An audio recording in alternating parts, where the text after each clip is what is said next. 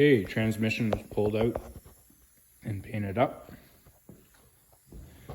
Bell housing is next. Gonna prep it for some paint. The chassis again is pretty much sitting in the same spot. Steering rack got final mounted, but I just have to sandblast and paint some of the steering arms. The motor here has had the intake installed on the valve covers. Flywheel is aluminum with a clutch. New spark plugs, and just getting ready to do some fuel pump and putting on two barrel Rochester carburetors.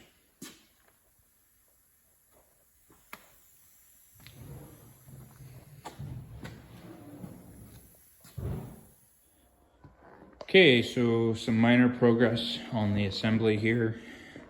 The steering stuff and exhaust manifolds have been sandblasted and painted. It's gray, but they only had silver, so the exhaust manifolds got painted silver.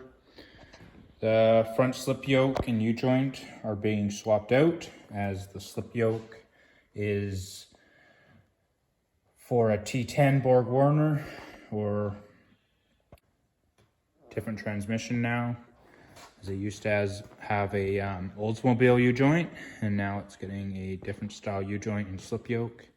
Bell housing has as well been sandblasted and painted, and the carburetors have been lightly mounted, and some fuel lines have been bent up.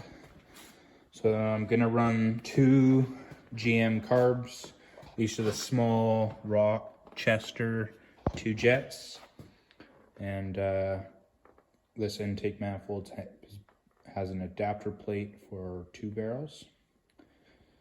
And I have a fuel pump, and we'll just be finishing up this fuel line here, just doing a final bend and a flare, and yeah.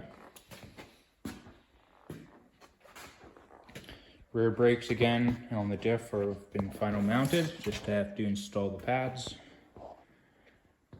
and we'll see some more progress in the next day or two as the pedal assembly is getting welded up today.